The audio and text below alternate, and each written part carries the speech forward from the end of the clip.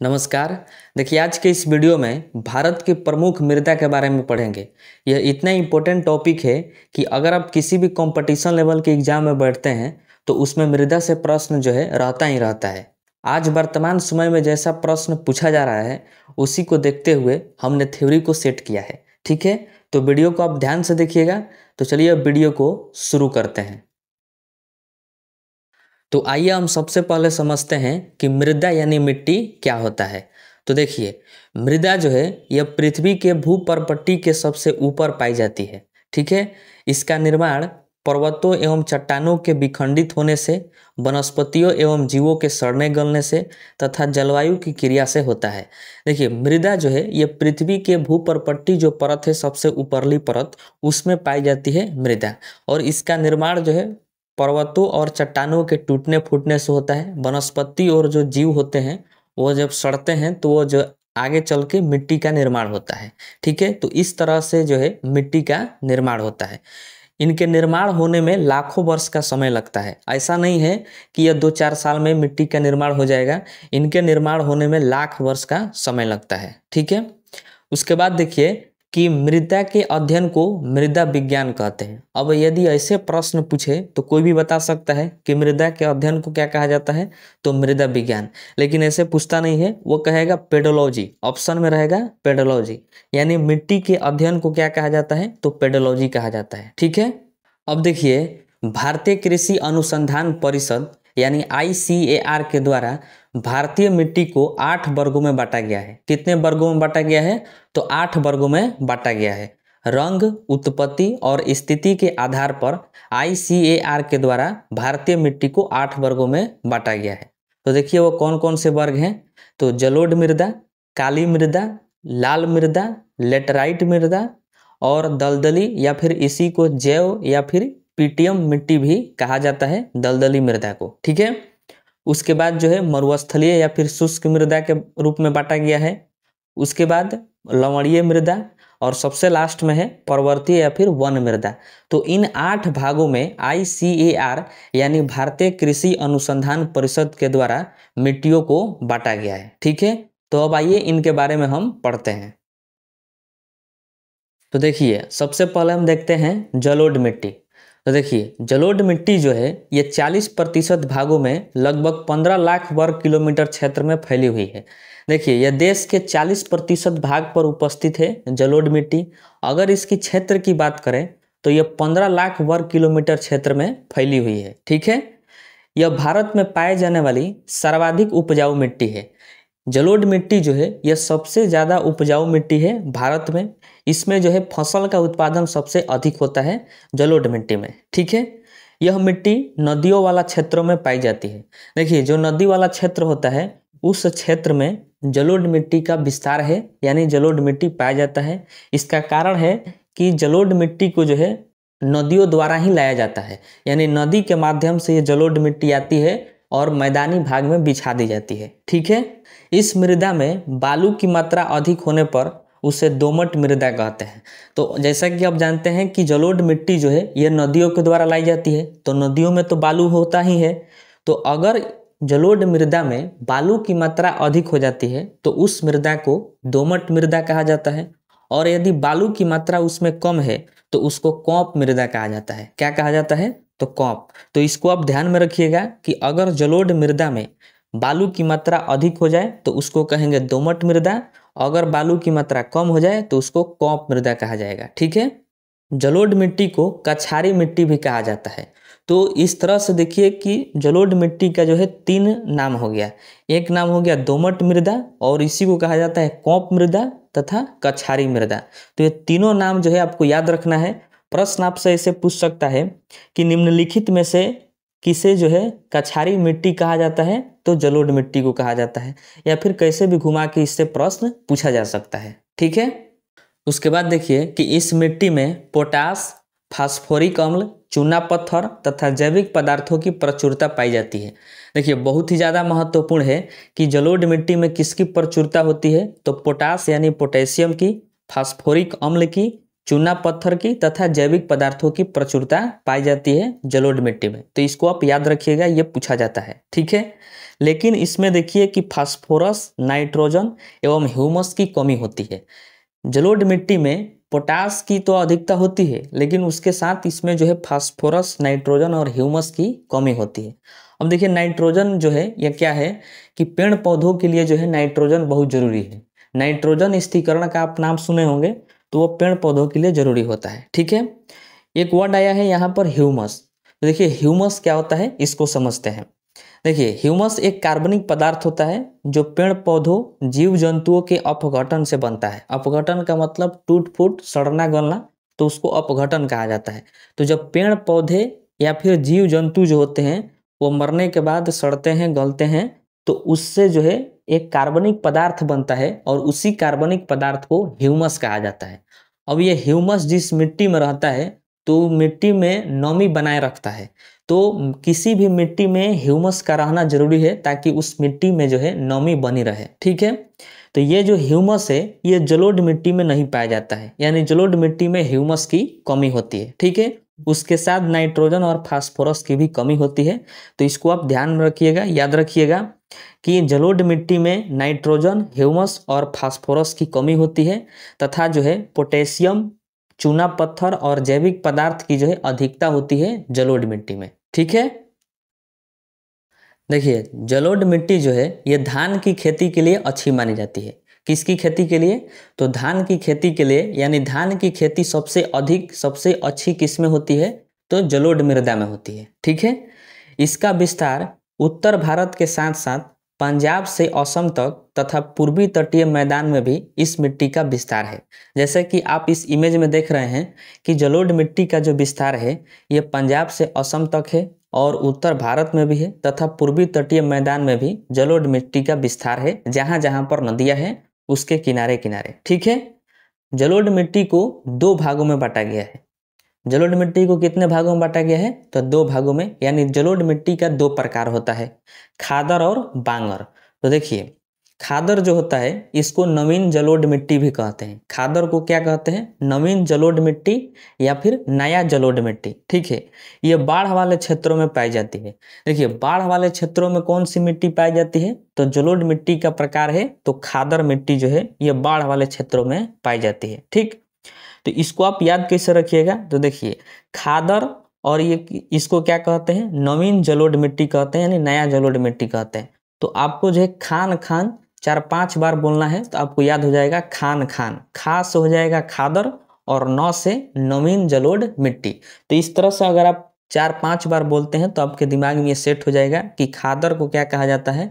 तो नवीन जलोढ़ मिट्टी कहा जाता है, ठीक है। उसके बाद देखिए कि बांगर, इसको जो है पुरानी जलोढ़ मिट्टी कहते हैं। बांगर को क्या कहा जाता है? पुरानी जलोढ़ मिट्टी। और ये मिट्टी जो है बाढ़ वाले क्षेत्रों से दूर होती है। खादर जो है यह बाढ़ वाले क्षेत्रों में पाई जाती है और बांगर जो है यह बाढ़ वाले क्षेत्रों से दूर होती है। तो इसको आप कैसे याद रख सकते हैं? तो आपको जो है 3-4 बार बोलना है बापू बापू बापू। बा से हो जाएगा बांगर और पू से पुरानी जलोढ़ मिट्टी, ठीक है।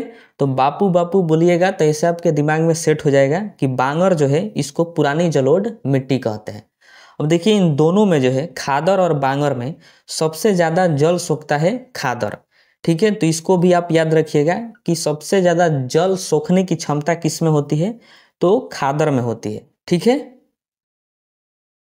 अब आइए आगे देखते हैं काली मिट्टी। तो देखिए भारत में इसका निर्माण बेसाल्ट लावा के टूटने फूटने से हुआ है। देखिए जब लावा निकलता है तो लावा जब जमता है तो बेसाल्ट चट्टान का निर्माण होता है और वही बेसाल्ट चट्टान जब टूटता फूटता है तो काली मिट्टी का निर्माण होता है, ठीक है। तो इसलिए कहा जाता है कि इसका निर्माण जो है, यानी काली मिट्टी का निर्माण बेसाल्ट लावा के टूटने फूटने से हुआ है, ठीक है। काली मिट्टी को रेगुर मिट्टी या फिर कपास की मिट्टी भी कहते हैं। तो ये जो नाम है इसको आप ध्यान में रखिएगा कि काली मिट्टी को रेगुर मिट्टी भी कहा जाता है और कपास की मिट्टी भी कहते हैं, ठीक है।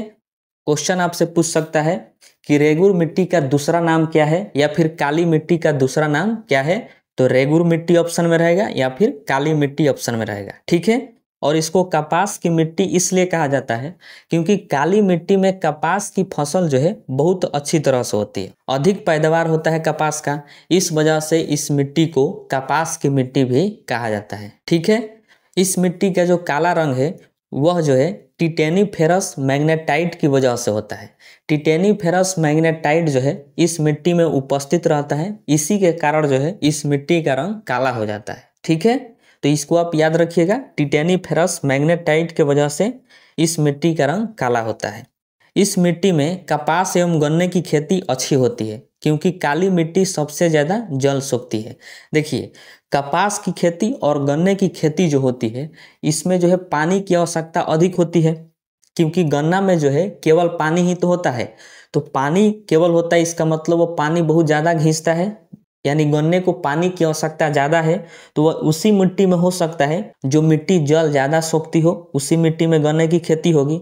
तो काली मिट्टी जो है जल ज़्यादा सोखती है, इस वजह से काली मिट्टी में कपास और गन्ने की खेती अधिक होती है। ठीक है, इस मिट्टी का विस्तार गुजरात, महाराष्ट्र, मध्य प्रदेश तथा कर्नाटक में है। जैसा कि आप इस इमेज में देख रहे हैं कि काली मिट्टी जो है गुजरात, महाराष्ट्र, मध्य प्रदेश और कर्नाटक में फैली हुई है।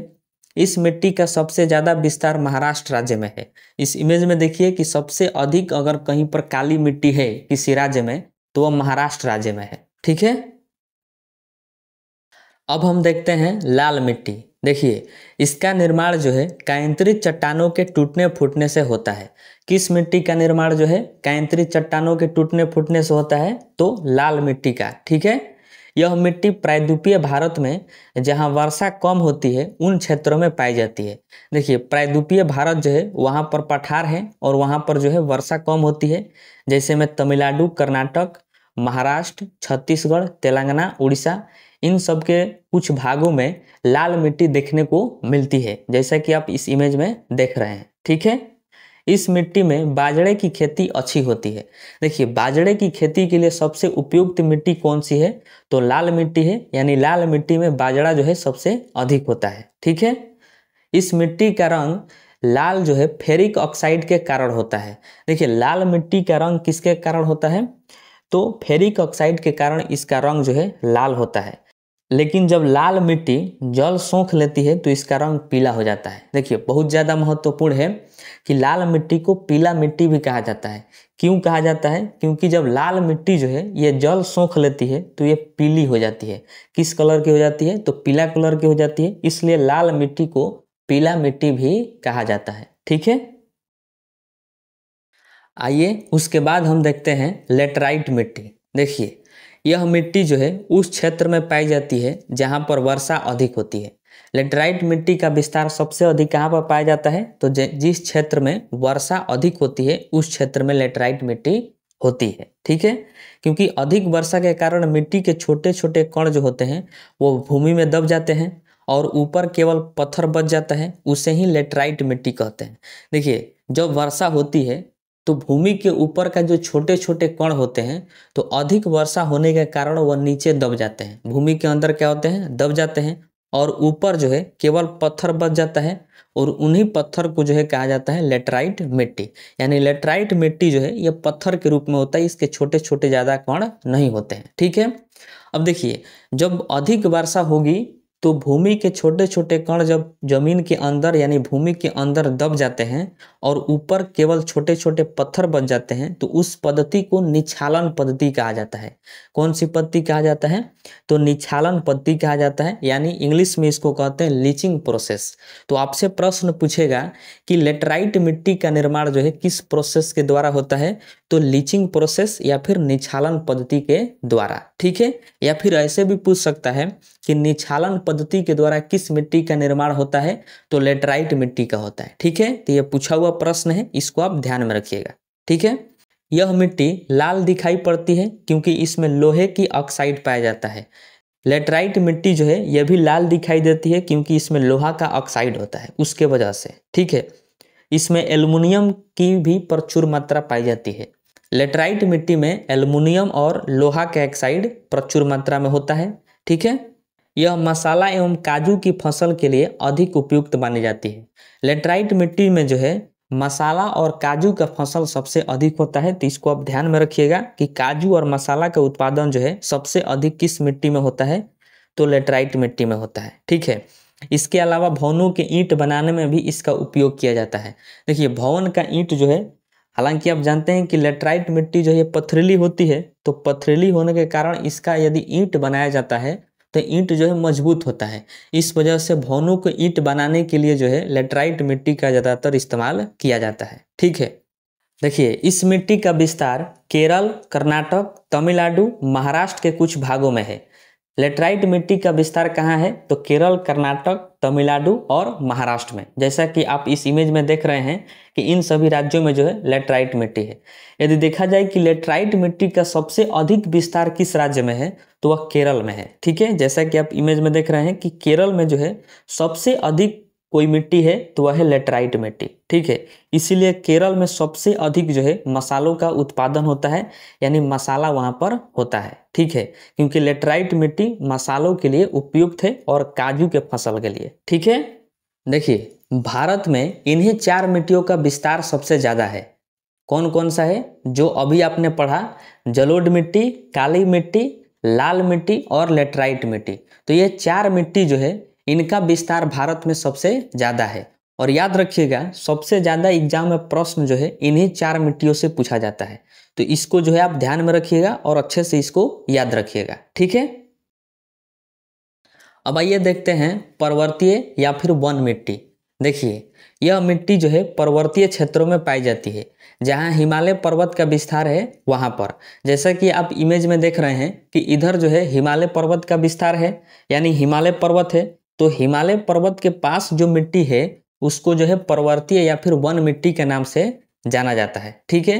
जैसे में देखिए कि जम्मू कश्मीर, लद्दाख, हिमाचल प्रदेश, उत्तराखंड, सिक्किम तथा अरुणाचल प्रदेश में पर्वतीय मिट्टी का विस्तार है। ठीक है। मतलब जिधर जिधर हिमालय पर्वत है उस तरफ जो मिट्टी है उसको पर्वतीय या फिर वन मिट्टी के नाम से जाना जाता है। ठीक है। यह मिट्टी अधिक कठोर होती है। जाहिर सी बात है कि हिमालय पर्वत की जो है मिट्टी है तो कठोर होकबे करेगी। तो ये सबसे कठोर मिट्टी होती है, जिसके कारण यहाँ वनस्पतियों का अभाव है। अब ये कठोर मिट्टी है, पत्थर की तरह है, तो यहाँ पर जो है वनस्पतियाँ उगेगा नहीं। यहाँ अल्पाइन वृक्ष पाया जाता है। अल्पाइन वृक्ष जो है ये पथरीली जगहों पर भी हो जाता है, इसलिए पर्वतीय या फिर वन मिट्टी में अल्पाइन वृक्ष पाया जाता है। ठीक है। तो इसको आप ध्यान रखिएगा कि अल्पाइन वृक्ष जो है किस मिट्टी में देखने को मिलता है, तो पर्वतीय या फिर वन मिट्टी में। और पर्वतीय और वन मिट्टी का जो विस्तार है वो हिमालय पर्वत के पास है। ठीक है। यह मसालों की खेती के लिए उपयुक्त मानी जाती है पर्वतीय मिट्टी, यानी पर्वतीय मिट्टी में जो है मसालों का भी थोड़ा बहुत उत्पादन किया जाता है। ठीक। उसके बाद हम देखते हैं दलदली या फिर पीटियम मिट्टी। देखिए इस मिट्टी का निर्माण अत्यधिक वर्षा और वनस्पतियों के सड़ने के कारण होता है। अब अत्यधिक वर्षा और वनस्पति सबसे ज़्यादा सड़ेंगे तो वह मिट्टी जो है दलदल की तरह हो ही जाएगा, इसलिए उसको जो है दलदली मिट्टी के नाम से जाना जाता है। मतलब जिस क्षेत्र में वर्षा अधिक होती है तो वहाँ पर पानी ज़्यादा लगेगा, पानी ज़्यादा लगने के कारण मिट्टी जो है दलदल की तरह हो जाएगा, इस वजह से उसको दलदलीय मिट्टी भी कहा जाता है। ठीक है। देखिए इस मिट्टी में जो है जीवाश्म की भी मात्रा अधिक होती है दलदली मिट्टी में, क्योंकि वनस्पति के और जीव जंतुओं के सड़ने से ही मिट्टी का निर्माण होता है, तो जीवाश्म की भी मात्रा इसमें क्या होगी कि ज़्यादा हो जाएगी। इस वजह से इसको जो है जैव मृदा भी कहा जाता है। तो दलदली मृदा को पीटियम मृदा भी कहते हैं और जैव मृदा भी कहते हैं, क्योंकि इसमें जो है जीवाश्म की मात्रा अधिक होती है। तो इस बात को आप ध्यान रखिएगा। ठीक है। इस मिट्टी में ह्यूमस की मात्रा अधिक होती है। अब वनस्पतियाँ जो है सबसे ज़्यादा यहाँ पर सड़ी गली होती है, इस वजह से इसमें ह्यूमस की भी मात्रा क्या होती है, अधिक होती है। इसलिए यह धान की खेती के लिए उपयुक्त मानी जाती है। तो दलदली मृदा जो है, और धान को बोने के लिए पानी की ज़्यादा आवश्यकता पड़ती है, तो ये दलदल होता है, इसलिए इसमें धान की खेती भी क्या होती है, अधिक होती है। तो ऐसे आप रिलेट करके याद रखिए कि धान की खेती के लिए अधिक पानी की आवश्यकता होती है उसको बोते समय, तो दलदली है ये, इसका मतलब पानी है ज़्यादा, तो धान की खेती के लिए उपयुक्त है दलदली मिट्टी। ठीक है। इसका विस्तार देखिए केरल, उत्तराखंड और पश्चिम बंगाल के कुछ क्षेत्रों में देखने को मिलता है। तो जैसा कि आप इमेज में देख रहे हैं कि केरल में, उत्तराखंड में और पश्चिम बंगाल में दलदली मिट्टी का विस्तार है। ठीक है, अगला मिट्टी हम देखते हैं मरुस्थलीय मिट्टी। देखिए इसी को जो है शुष्क मिट्टी कहा जाता है। तो देखिए इस मिट्टी में नमी की कमी होती है क्योंकि यह जल को कम सोखता है। जो मरुस्थलीय मिट्टी होता है इसमें जो है नमी की कमी होती है क्योंकि यह जल जो है नहीं सोखता है, इस वजह से इसको बलुई मिट्टी कहते हैं। देखिए बालू जो होता है यह पानी को सोखता नहीं है, पानी को अंदर भेज देता है, पानी को खींच के कहाँ भेज देता है, अंदर, सोखता यह नहीं है। ठीक है, तो मरुस्थलीय मिट्टी भी जो है पानी को नहीं सोखता है, इसलिए इसको बलुई मिट्टी के नाम से जाना जाता है। ठीक है, मरुस्थलीय क्षेत्रों में ये होता है, जैसे राजस्थान में, यहाँ पर जो देखिएगा कि मरुस्थलीय मिट्टी का विस्तार पाया जाता है। ठीक है, इसमें जो है ह्यूमस की कमी होती है। मरुस्थलीय मिट्टी जो होता है इसमें ह्यूमस की कमी होती है, इसलिए इस मिट्टी में बाजरा, ज्वार और सरसों की फसल उगाई जाती है। अब ह्यूमस की कमी होगी तो मोटा अनाज को उगाना पड़ेगा, तो जैसे बाजरा हो गया, ज्वार हो गया, सरसों, इसका जो है उत्पादन किया जाता है, इसका जो है उगाया जाता है मरुस्थलीय मिट्टी में। ठीक है, देखिए इस मिट्टी का विस्तार राजस्थान, गुजरात, दक्षिण पंजाब में, हरियाणा के कुछ भागों में इसका जो है विस्तार देखने को मिलता है, जैसा कि आप इस इमेज में देख रहे हैं। तो यहाँ पर जो है सब मरुस्थलीय मिट्टी है और मरुस्थलीय मिट्टी को शुष्क मिट्टी भी कहा जाता है। शुष्क का मतलब ड्राई यानी सूखा, यह नमी इसमें होता नहीं है, इसलिए इसको शुष्क मिट्टी भी कहते हैं। ठीक है, अब हम देखते हैं सबसे लास्ट मिट्टी, लवणीय मिट्टी। देखिए इस मिट्टी में नमक की मात्रा अधिक होती है, जैसे कि ये नाम से ही क्लियर है, लवणीय यानी लवण यानी नमक होता है। तो इस मिट्टी में नमक की मात्रा क्या होती है, अधिक होती है, इसलिए इसे लवणीय मिट्टी के नाम से भी जाना जाता है। क्योंकि इसमें नमक की मात्रा अधिक है इसलिए इसको लवणीय मिट्टी कहते हैं। ठीक है, इसे जो है ऊसर मिट्टी के नाम से भी जाना जाता है। ध्यान रखिएगा कि लवणीय मिट्टी का अन्य क्या नाम है, तो ऊसर मिट्टी है। ठीक है, या फिर ऊसर मृदा के नाम से भी जाना जाता है। इस मिट्टी का विस्तार सबसे अधिक गुजरात के कच्छ के रण में देखने को मिलता है। देखिए लवणीय मिट्टी जो है, जैसा कि आप इस इमेज में देख रहे हैं कि लवणीय मिट्टी का विस्तार सबसे अधिक गुजरात में है, और वो भी गुजरात के कच्छ का जो रण है उसमें जो है लवणीय मिट्टी को देखने को मिलता है। ठीक है, अब आइए हम समझते हैं कि अम्लीय मृदा और क्षारीय मृदा क्या होता है। तो देखिए जब मिट्टी में अम्ल की मात्रा बढ़ जाती है तो उससे जो है अम्लीय मृदा कहा जाता है। कोई भी मिट्टी हो उसमें जब अम्ल की मात्रा क्या होता है कि बढ़ जाता है, अम्ल यानी एसिड होता है, तो इसकी मात्रा जब बढ़ जाती है तो उसको जो है अम्लीय मृदा के नाम से जाना जाता है। मिट्टी की अम्लीयता को कम करने के लिए चूने का पानी का उपयोग किया जाता है। मान लीजिए कि किसी खेत की मृदा की अम्लीयता बढ़ गई है, यानी वहाँ की मिट्टी जो है अम्लीय हो गई है, तो उसमें जो है चूने के पानी को छिड़का जाता है, चूने के पानी का छिड़काव कर दिया जाता है, तो जो है उसकी अम्लीयता घट जाती है। ठीक है, तो इसको आप ध्यान रखिएगा कि मिट्टी की अम्लीयता को दूर करने के लिए किसका उपयोग किया जाता है, तो चूने का उपयोग किया जाता है, यानी चूने के पानी का। ठीक है, और जब मिट्टी की अम्लीयता यानी क्षार की मात्रा बढ़ जाती है और अम्ल की मात्रा घट जाती है तो वह मिट्टी जो है क्षारीय हो जाता है, और उसको जो है क्षारीय मृदा के नाम से जाना जाता है। ठीक है, तो मिट्टी के क्षारीयता को दूर अगर करना है, क्षारीयता को कम करना है, तो इसके लिए जिप्सम का प्रयोग करते हैं। किसी भी मिट्टी में अगर वह क्षारीयता ज़्यादा हो गया उस मिट्टी में, तो जिप्सम का प्रयोग करते हैं तो उसकी क्षारीयता कम हो जाता है। अब देखिए अम्लीयता और क्षारीयता को कम करने की आवश्यकता क्यों है, क्योंकि जो है किसी भी फसल को उगने के लिए ना ही मिट्टी को सबसे अधिक अम्लीय होना चाहिए और ना ही उसको क्षारीय होना चाहिए, मतलब दोनों मेंटेनेंस में रहेगा तब जाकर कोई भी फसल का उत्पादन होगा, अन्यथा नहीं होगा। इसलिए किसी भी मिट्टी में अगर अम्लीयता या फिर क्षारीयता अधिक हो जाती है तो उसको कम करने का प्रयास किया जाता है। ठीक है, देखिए पौधों की वृद्धि के लिए मिट्टी का जो पीएच है वह 6 से 7 होना चाहिए। इससे अगर अधिक हो जाए तो कहा जाएगा कि क्षारीयता बढ़ गया है, तो क्षारीयता बढ़ गया तो उसके लिए जिप्सम का प्रयोग करेंगे। अगर पीएच इससे कम हो जाए तो कहा जाएगा अम्लीयता बढ़ गया है, तो उसके लिए हम चूने पानी का उपयोग करेंगे। मतलब जो है मिट्टी का पीएच 6 या फिर 7 इन्हीं दोनों के बीच में रहना चाहिए, तब जाके उस मिट्टी में किसी भी तरह का फसल का अच्छा उत्पादन होगा, अन्यथा नहीं होगा। ठीक है।